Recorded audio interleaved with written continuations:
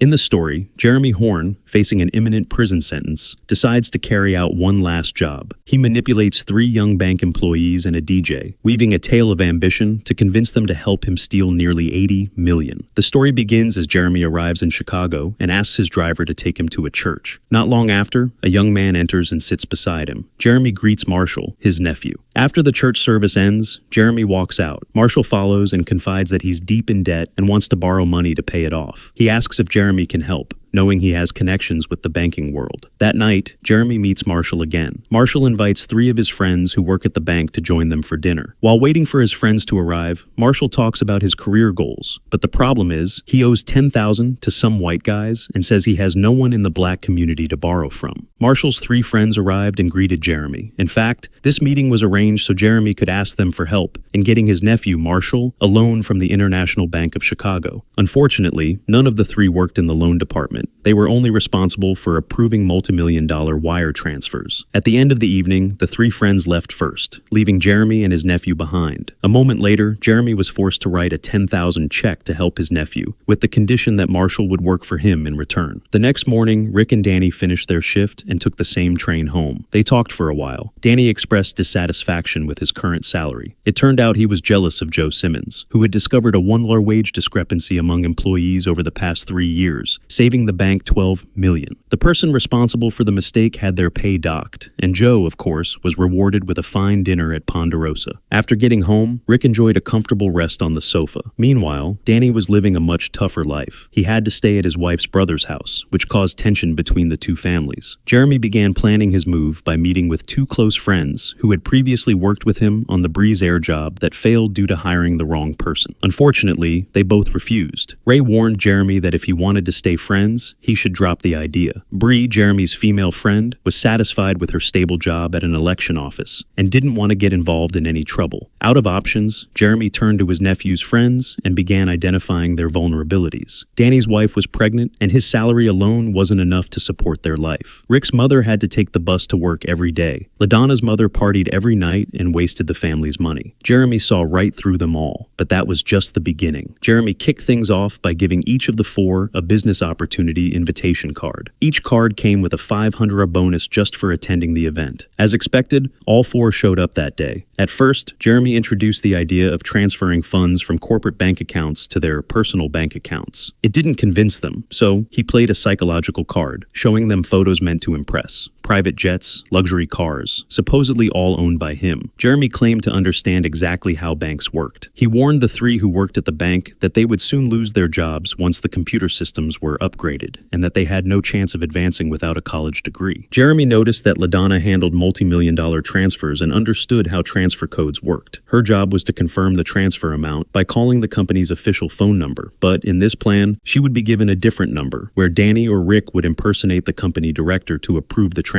LaDonna refused, pointing out that the voice had to match exactly. Jeremy assured her that he would train them to perfectly mimic the director's voice for the confirmation. LaDonna thought it all sounded ridiculous and decided to take the money and leave. However, she was once again psychologically manipulated. This time, Jeremy placed a real Rolex watch on the table to prove he truly was wealthy. But that wasn't the end. As soon as Jeremy stepped outside, 2 men tried to rob him, demanding his watch, wallet, and briefcase. He grabbed one of their guns and forced the other to surrender, firing a shot that left everyone panicked. Of course, it was all staged by Jeremy. After Marshall paid off his debt, he met the group by a riverside. He shared that before his father passed, he warned him to stay away from Jeremy, saying he wasn't trustworthy. Still, Marshall wanted to believe in his uncle. Meanwhile, Rick voiced his concerns, saying this was a high-risk plan that could land them all in prison. But, under pressure from the other 3, he finally agreed to join the nerve-wracking game. The group met Jeremy the next day. He revealed the target, $235 million.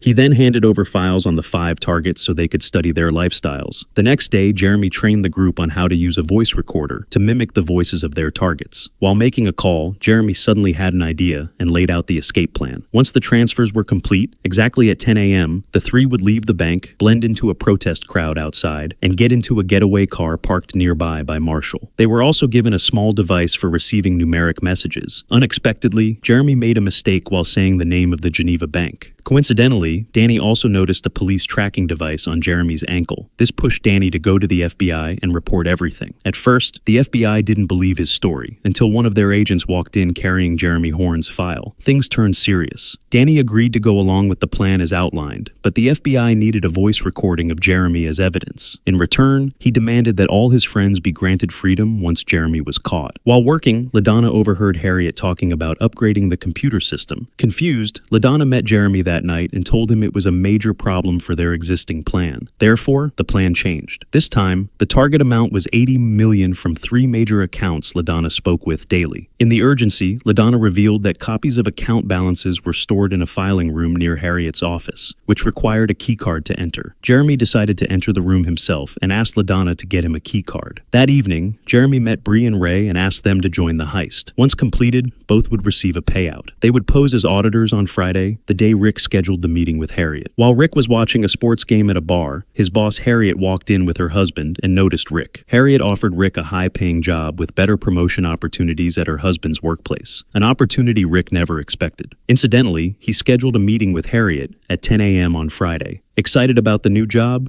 Rick decided to meet Jeremy that night, handed him the keycard to the room, and informed him of the Friday meeting with Harriet. Rick also mentioned he wanted to start the new job within 30 days, but Jeremy seemed unhappy and insisted Rick finish this job first. The next morning, Jeremy arrived at the bank with Bree and Ray. While waiting for the elevator, Bree and Ray pretended to ask which floor handled loans, to distract the employees and give Jeremy a chance to steal one of their keycards. Jeremy entered the 10th floor through a different route, while the other two took the elevator. Bree played her part by pretending to be lost when she encountered Harriet. Taking advantage of the situation, Jeremy quickly moved toward the room that stored account balance records. Meanwhile, Harriet kindly took Bree and Ray to the proper audit floor and told Rick to wait in her office. Jeremy quickly located the names of the 3 big companies, used a ruler to identify the highest transfer amounts, tore the page out of the book, put it in his bag, and headed for the door. But unexpectedly, Harriet walked in. Fortunately, Rick called her back for their 10 a.m. meeting, saving Jeremy at the last second. The 3 left the bank soon after, pretending everything was fine. That evening, Rick met with his 3 friends at Marshall's studio to tell them something important. Jeremy couldn't be trusted. Rick had seen him at the bank with 2 strangers. He also reminded the group that the 2 muggers from their first meeting with Jeremy actually worked for him. This news made everyone anxious. They might not only lose their cut, but also their jobs. The next day, Jeremy held a secret meeting with 2 of his old friends. The younger team arrived late, which upset the 2 older guests. They refused to cooperate and left. Before leaving, they revealed a shocking truth. Jeremy was about to go to prison. This left the entire group anxious and uncertain about their future. Then the day finally arrived. Danny and LaDonna said goodbye to their families, pretending to attend a music festival, when in reality, they were about to pull off a multi-million-dollar heist. Rick didn't go with them. Instead, he stayed at home and waited for his wife and kid to leave. By 8:30 a.m., everyone was in position. Marshall left his room and waited nearby. Meanwhile, Jeremy cleaned all traces at the hotel and went to a phone booth near the bank. Transactions were scheduled to begin at 9 a.m. Danny took Joe's seat by handing him an exciting comic book, making him go find a quiet place to read. Rick placed the phone Jeremy had given him earlier on the table. LaDonna received the transaction code for the first transfer, recorded it, and texted it to the team. Once the code was shared, Jeremy made the call to the bank, pretending to be the CEO of a corporation. He requested a transfer of $22 million from Northern Livers to Strand Investments, but the transaction required second-level voice confirmation, which had to go through LaDonna.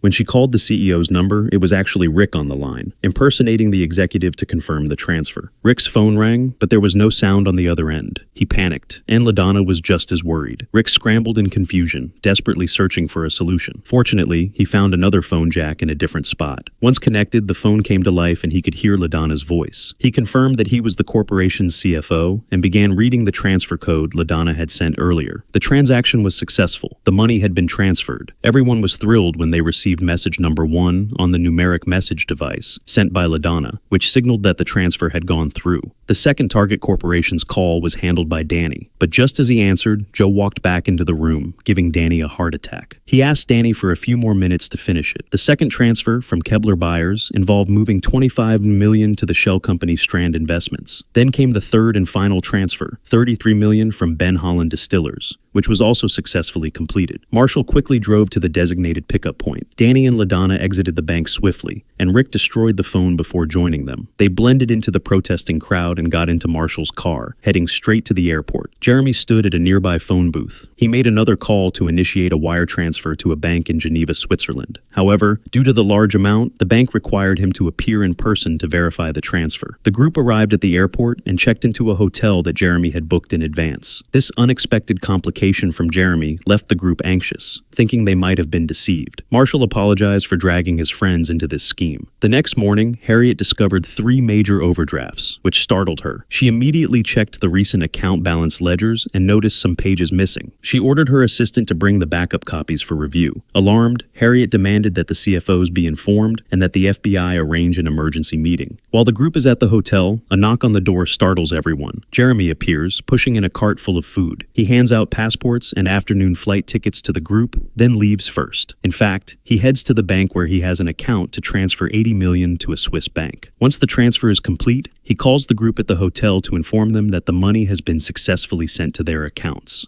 That afternoon, the group leaves the hotel with Jeremy and heads to the airport, preparing to fly to Switzerland. Everyone sits in the waiting area, filled with anxiety about what the future holds. When it's time to board, Jeremy walks ahead to the gate. He leads the line, with the others following behind. Suddenly, Jeremy realizes Danny is missing from the line. He spots him making a phone call. Jeremy approaches the phone booth and asks Danny who he's calling. Danny claims it's his wife, but in reality, he's informing the FBI of the location of the audio recording hidden in the hotel. Moments later, the FBI arrives at the departure gate. The group tries to flee, but it's too late. They are all arrested, leaving Jeremy stunned. His misplaced trust, manipulation, ambition, and the cracks in his plan all finally catching up to him. Don't forget to like, subscribe, and comment. It's the motivation that helps the channel keep making great recap videos. Thanks for watching.